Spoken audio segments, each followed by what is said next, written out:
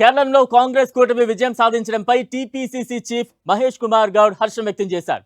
ఇది ఒక చరిత్రాత్మక విజయమని చెప్పుకొచ్చారు.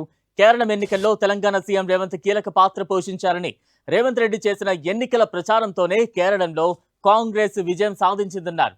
ఈ విజయం కాంగ్రెస్ పార్టీకి మరింత బలం చేకూర్చిందని తెలిపారు. మరోవైపు పశ్చిమ బెంగాల్లో బీజేపీ కుట్రపూరితంగా విజయం సాధించిందని, దుర్మార్గపు రాజకీయాలతో బీజేపీ అధికారంలోకి వచ్చేందుకు కుట్ర చేస్తోందని విమర్శించారు.